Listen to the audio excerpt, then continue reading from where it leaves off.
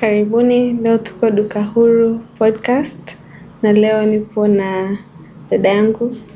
Naitwa Mebo, kwa jina la biashara ni Mebo Cakes. Pia najishughulisha na issue za ushauri wa finance. Kama ni biashara mdogo unaogopa utaanzia wapi, tuko tayari kwa ajili ya kukusaidia. Umanage vipi mtaji wako, umanage vipi gharama zako za kila siku na uweze kupata faida. Okay. Na mimi nitakuja. Unishauri. Asante. Okay, mimi naitwa Hilda. Ni by profession mimi ni engineer. Lakini pia mimi ni coach kwenye masuala ya personal development na personal finance. Okay. Yeah. Lakini pia na consult kwenye masuala ya madini, watu wanaotamani kuwekeza kwenye madini, I also consult. Yeah. So, tuko hapa. Okay. Yeah. So, kitu ambacho nimeona tunacho in common ni kwamba tuna vitu vyetu ambavyo ni profession zetu au kazi zetu, lakini kuna vitu ambavyo ni vya ziada. Mfano muongelea masuala ya keki. Yeah. Unapenda keki? Napenda keki, I love baking, napenda kupika. That is where idea ya keki imetoka. Oh, yeah. Imetoka kwenye kupenda kupika na kupenda kubake. Yes, napenda sana. Kwa hiyo nafanya kitu ninacho enjoy, mwisho wa siku nikaamua kwamba kitu ninachopenda kukifanya kiweze kuniingizia pesa. Oh. Yeah. Kwa hiyo you turned your passion to business. Kabisa. Na unaenjoy unachokifanya? Na enjoy sana, na hiyo enjoyment pia inakuja in a way kwamba nafanya kazi pia ni mama. Kuna kuenda familia, kuna maisha ya kazini, lakini still nikawaza naweza nikafanya kitu gani nyumbani mimi mwenyewe kama ninaanza biashara na nikaweza kupata faida ambayo haitahusisha gharama za kodi wala gharama za kuajiri mtu. Kwa hiyo ndo nikaja na idea ya kwanza biashara ya keki. Kwa hiyo pia kutokana ni kitu ambacho napenda. Wakati naanza hii biashara nilikuwa na uwezo nikarudi kazini saa 2 au saa 3 na nikabake usiku, nikapamba keki za watu. Na by the time nafanya hiyo kazi sio kwamba nafanya kama mateso, na enjoy ninachokifanya. Kwa hiyo hata uchovu ni ya usikiki hivyo. Kwa hiyo sorry. Kwa sasa unalala saa ngapi? Kwa hiyo ufunga siku umetoka kazi labda unatoka saa ngapi? It depends. Mara nyingi labda saa 2 usiku ndio unafika nyumbani. Ndio unatoka. Au muda mwingine ndio unafika nyumbani. Okay, tuashumu unafika nyumbani. Saa 2 unaanza kubake. Yes. Mpaka unamaliza na unaremba. Na bake na pamba. Muda mwingine hata ukabake hata hadi saa 8 usiku au saa 9 au hata saa 10. Na nisione kama sijui nimeteseka, sijui nimefanya, na nikalala, nikaamka, nikaenda kazini na nikafurahi kwamba wow, nilipata order. Kwa ile fulfillment ya keki kukamilika na kuiuza pale ndo nakukosha yani. And like the process like the way I decorate ile keki inavyovutia, that is everything to me. And the whole process. Yes. Very nice. Yeah. Mara nyingi bana ukiwa unafanya kitu ambacho unakipenda, hauoni kama mdata unaenda na hauoni hata kama unachoka. Wala huwezi kuona mateso. Ni sawa na ile unaweza, kwa mfano mimi nakumbuka kama before nianze kufanya keki. Kusema utoke kazini, urudi ukapike. Unaona like nimechoka. Lakini since nimeanza kufanya hicho kitu pia nikajifunza okay, kwa kumbe naweza nikatoka kazini na nikarudi nikapika. That's so nice. Unahisi kama unahisi kama ungeamua kufanya biashara nyingine ungekuwa as passionate as you are kwenye cakes? I believe so, but I'm not so sure. Because enjoyment ya kitu inapunguza kuona unateseka, inapunguza kuona unachoka. You just enjoy the moment. Yani ni kitu ambacho hata siku unahisi umechokaje, lakini ukishasikia kuna keki, kuna mtu anataka keki, yani uchovu unaisha, unaanza kufanya. Yani nakumbuka mume wangu amesema, Mama Melody, ukitaka amke hata saa 7 usiku mwambie oda ya keki, anashtuka fast.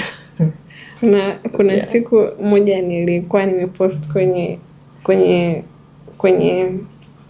ile challenge yangu, ile gratitude challenge.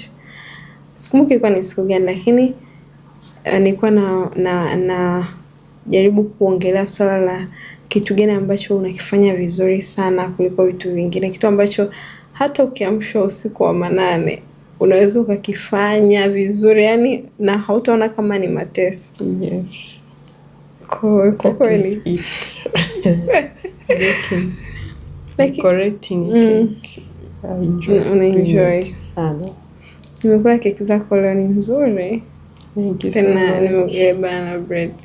Hai taste tu kama banana. Yani kwanza hata banana unaisikia kwa mbali, that orange flavor. Yani mtu unamuuzia banana bread, lakini anapata pia a flavor ambayo tena it's so nice. Yes, haichoshi. Lakini pia sio maskari mengi, unajua. Sisi ambao tuko kwenye diet. Yes. Kuna namna ukila ile haikuchoshi, haina maskari. So your cakes are nice. Nzuri sana. Unaonekana Thank you. I think pia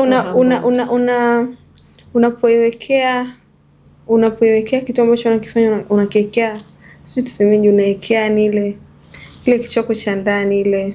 You do even extra. Yani kwamba okay, my recipe yangu ni hii. Lakini cause ni kitu nakipenda, ujikuta siku umekata, so okay, what if I add this? Then you find out kwamba okay, inakuwa kizuri zaidi. So na hiyo pia kwamba ukiwa na furaha wakati unakifanya, ile pia na wanasemaga hata mtu atakaye kipokea ata feel baked with love. Baked with love. Yes. That's so nice. Ushawahi kufanya biashara nyingine tofauti na ya cakes?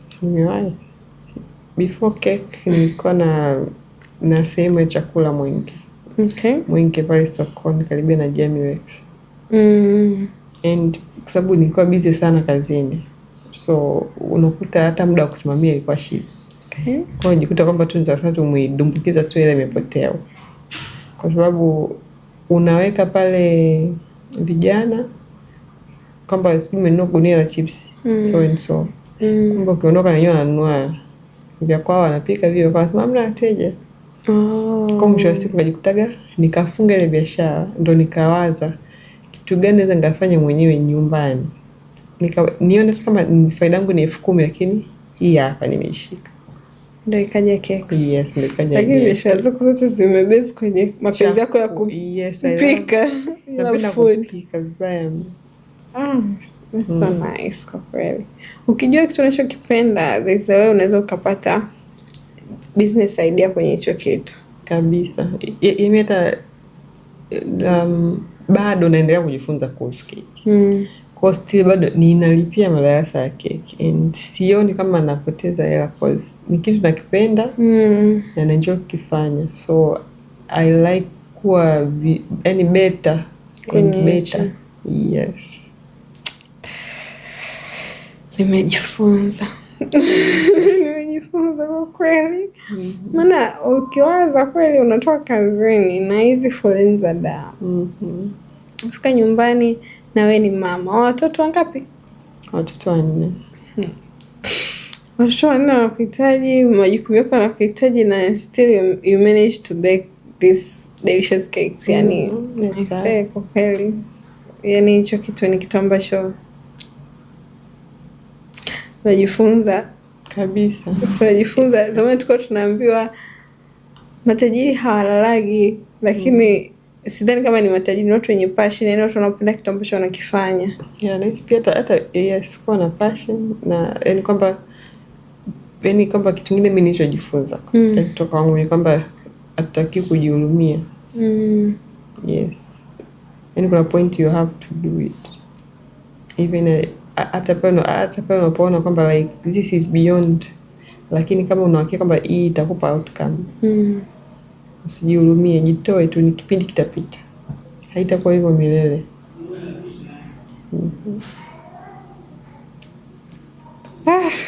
So kwenye ile biashara yako ya kwanza ile ya kupika, ilikuchukua muda gani kusema sasa I'm letting this go, nianze kujaribu kitu kingine? Mwaka mmoja. Ulifanya kwa mwaka? Na kutokea kwenye ile kuja kwenye cakes ilikuchukua muda gani kuingia? Nakumbuka hicho kipindi nilikuwa naelekea maternity, so nilipomaliza maternity nikakaa kama miezi 6 hivi ndo nikapata idea kufanya keki. Tena idea yenyewe keki nakumbuka jinsi ilivyokuja. Nakumbuka kuna mtu alinitafuta kwa sababu anajua napenda kupika, akaniambia kuna event Masaki, wanahitaji mtu alete cupcakes, sijui keki gani, sijui bites, sijui karanga, unaweza kuleta? Nikamwambia yes naweza. Kumbuka hapo sijui kubake. Okay. Kwa nikatafuta, nikanunua keki sehemu, nikanunua hivyo vitu vyote sehemu, na nililipia pesa meza. Imekaribia siku hamna hiyo event. Hiyo event imekuwa cancelled. Lakini nimeandaa kila kitu, keki za kutosha, sijui bite. Kwa hiyo na mzigo hapo, lakini event imekuwa cancelled. Sasa nifanyaje? Mtu unafanyaje kwanza? No, from nowhere, I think labda Mungu aliamua nianze in that way. Nikamwambia mume wangu, hebu tutafute watu wetu wa karibu, hizi tuambie kwamba nimebeki hizi keki. Tulikuwa tumeandaa event imekuwa cancelled, na pia iwe njia ya kuonyesha keki hizi keki. Kwa mwitikio utakapokuja tutajua tunaanza biashara ya keki au la. Na kweli mwitikio ulikuwa positive, vikaisha. Mimi bado nawaza yani bado niko nyumba, yani mimi niacha kwenye event bado, yani hata kabla yani mtu kuweza hapo kuanza let me do this instead. Mimi mtu mwingine anaweza kaviacha kalia kalala ndani yani. So hata ukilia haisaidii chochote. I say. Kwa hiyo lakini yani mimi najiuliza yani ile unajua mpaka nakuuliza kuhusu ile kupika ulichukua muda gani? To some it's easy unaishi kitu akifai akaamua ku move on, but some people it's so hard yani. Kuna mtu yani kukubali kwamba this business is not for me, I should try something else. Mtu mwingine namchukua muda mrefu, yani anaweza akaingangania hata miaka 3, 4. Ashaona kabisa it's a loss making business, lakini anaingangania. Au hata akikutana na challenges kama hizo, maana hizo ni challenges kwenye biashara. Yani ile nini inaitwaje hiyo, ile kusema sasa this is done, I should move on, yani kale ka season kale, yani ile kupata ule mwamko wa ndani wa kusema hivyo niendelee, au ndo kama hivyo upate idea nyingine. Sasa nikafanya cake testing hivyo afu nione mwamko wake. Sikufanya cake testing, yani nienda kuwauzia watu. Lakini at the same time si ndo wanaonja pia na product zako. Yes. Nakumbuka kwamba hapo sio product zangu. Exactly. Sio product zangu. Yes, lakini wale mimi kwamba ni zapa. Na mwamko kwa mzuri. Mwamko kwa mzuri. Kasema sasa. Baada hapo sasa ndo nikalipia darasa la keki. Ndo nikaenda kujifunza keki. Na pia nilikuwa inspired because nilikuwa nataka nianze na kitu ambacho sitatumia hela nyingi kwanza. Yani kwamba I start na nilicho nacho. Kwa kwamba naanza na oven iliyoko nyumbani. Oh yeah. Yes. Kwa kama jiko liko nyumbani, amna tuseme ndio kutafuta frame au nini. Yes. Kwamba unapika kwa order. Yeah. Historia yako inabidi uandike kitabu. Yani upate ya kwanza mimi bado nitabaki nauliza watu wale compensate au wale cancel event. How can someone compensate you? Zaidi ya kurudishia ile hela ulilipia kwa ajili ya meza. Ila bidhaa zako hizi ndo zinaenda tu kama zile.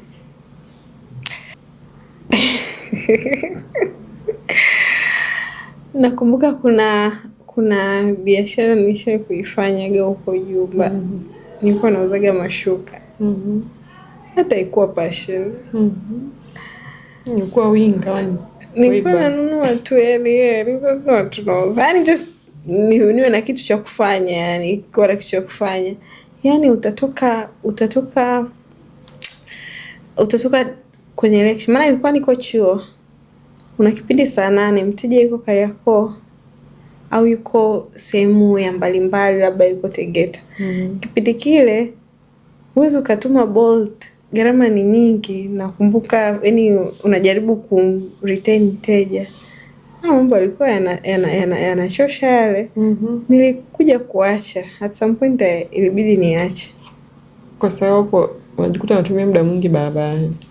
Kwa sababu of course, kwa sababu ya kuacha pia ilikuwa ni kwa sababu nilihama mji, lakini pia yani kuna saa nyingine haupati kile unachokitaka. Yani mfano unatamani umpe mtu the best quality, unaagiza mzigo au uji quality ambao unaitaka. Kuna kipindi tulipata mzigo ambao sio mzuri.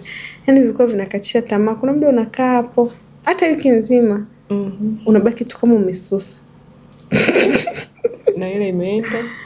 Sasa unauangalia mzigo hapo. Kwa hiyo ni kama wewe sasa hizo karango ziangalia hapo na hizo cakes. Useme bana, sasa kwa nini imenitokea bana, itajua yenyewe, ngoja nitatupa tu. Yani kuna that feeling inakuja. Lakini with time sasa ukikaa sasa kama hivyo na experiences za watu kama hii ya kwako, au watu ambao wamefanikiwa, ukisoma yani ukijaribu kutafuta maarifa sahihi, unajikuta kwamba vitu kama hivyo vinatokea. Lakini when they happen inabidi uwe resilient, uweze ukatulia, ukaanza kuona kuna njia ya kutokea. Kuna njia ya kutokea. Kwa sababu sote kuna njia ya kutokea kabisa. Ila kuiona sasa ndio inabidi uanze hapo. Hivi unaionaje kwanza? Ni kumwamini Mungu, then as long as unaweza chochote kilichoko mbele yako ambacho by that time unaweza kukianza, you better start. Mimi naona ukiwa unamshirikisha Mungu kwenye vitu vyako, lakini pia ukiwa hata na mentors inasaidia. Yani ukiongea, alafu hata kama hujaona njia, angalau kuna mtu anaweza akakusaidia. Ni kweli. Kama uliongea point kwamba nikamshirikisha mume wangu hichi, inakuwa ni rahisi yani. You have someone to talk to. Niambiwa wewe unaweza kuwa unaona moja lakini mwenzio anaona 2 3. Na vya kwetu ndo maingi tuvioni, tunaona vya watu. Ni kweli. Mebo cakes. Kwa hiyo sasa hivi unajitahidi kuwa visible. Kwa kweli na content zako ni nzuri. Kwa kweli kuna siku kuna content yako niliangalia muda mrefu nikajifunza. Ulikuwa umepost namna ya kubalance kazi zako, kwa umesema una term kazi zako kwa kwenda, yani uko unaweka priorities. Ianze hii ndio ina ukubwa, afu ije hii.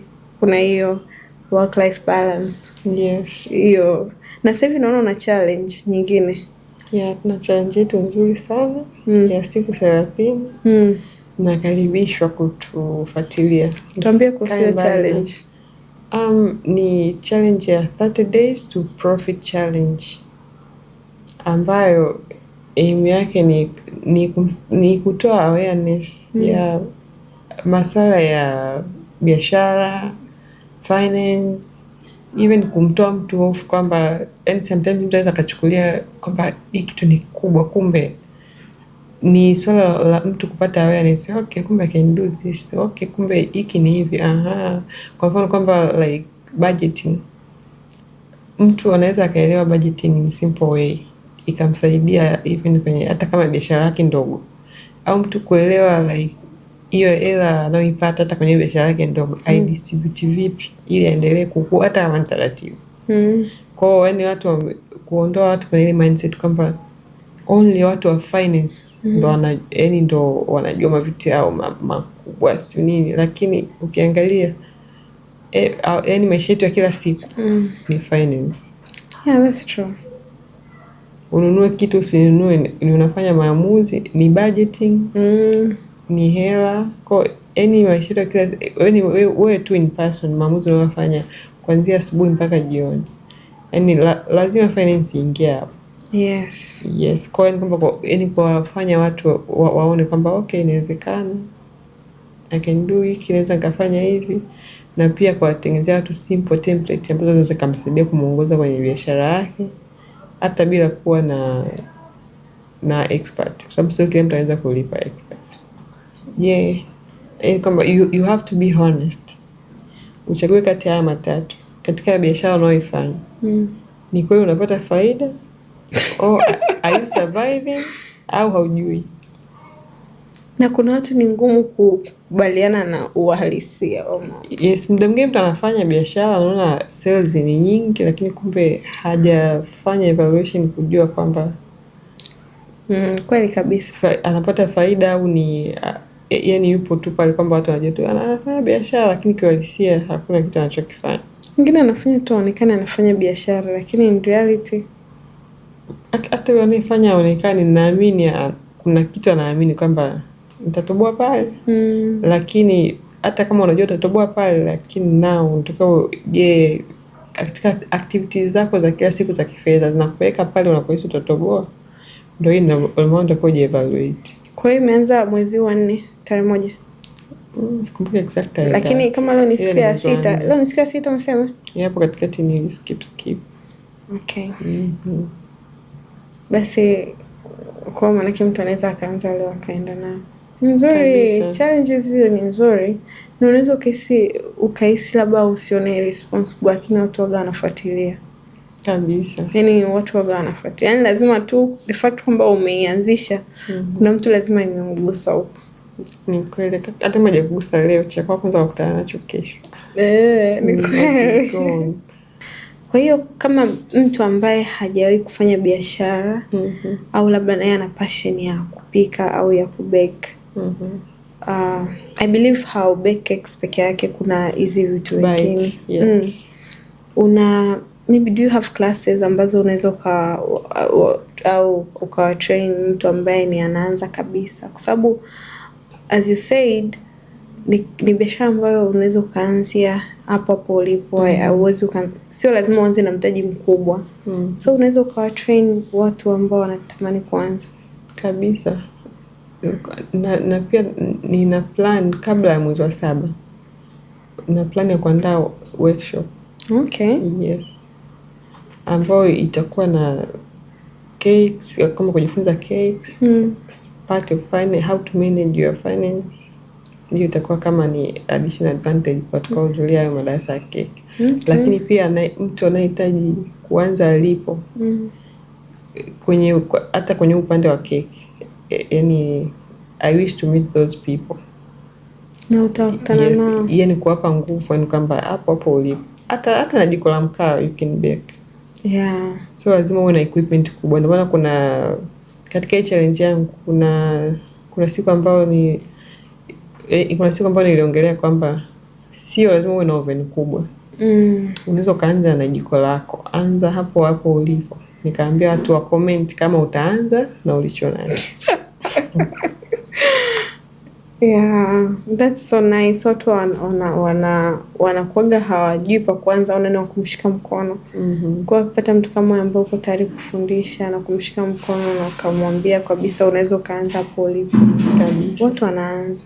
Yani lazima tu kuna mtu hata amemaliza chuo hajui anaanzia wapi. Sasa kama umeanza kidogo, ndio maana pia hiyo inaendana na ile kuna siku niliongelea kwamba usichanganye pesa yako na biashara.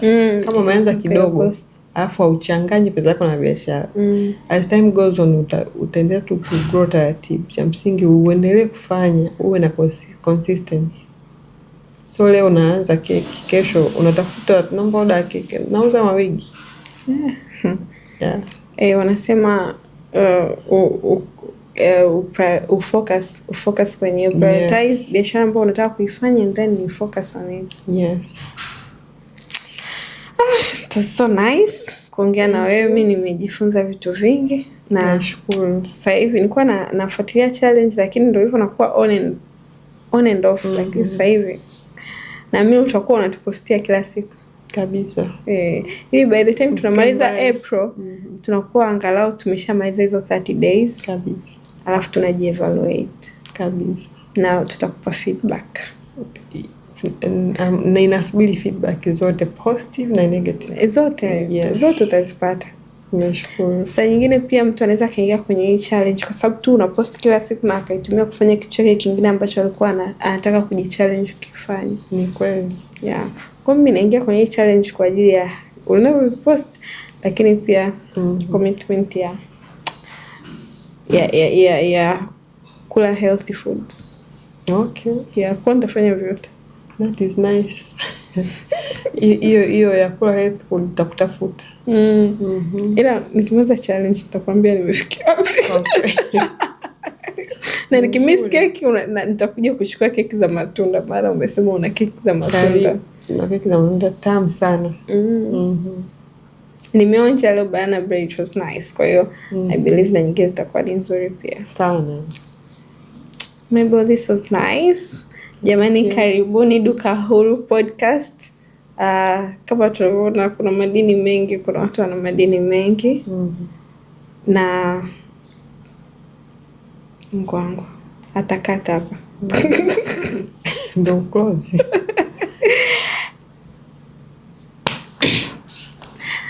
Jamani, karibuni. Jamani, ni za wafanyabiashara. Tumemaliza session yetu na Mabel, Hilda. Tumejifunza vitu vingi. Tulikuwa hapa Duka Huru podcast na tunawakaribisha watu wote ambao wanatamani kupata huduma ya podcast hapa Duka Huru na vitu vingine, mentorship, kama unataka kuza personal brand, kama unataka kuongeza sales kwenye biashara yako, unataka kujifunza mambo ya digital marketing, Duka Huru na kufundisha vyote hivyo. Kwa hiyo karibuni sana. So karibuni Duka Huru. Let's all win.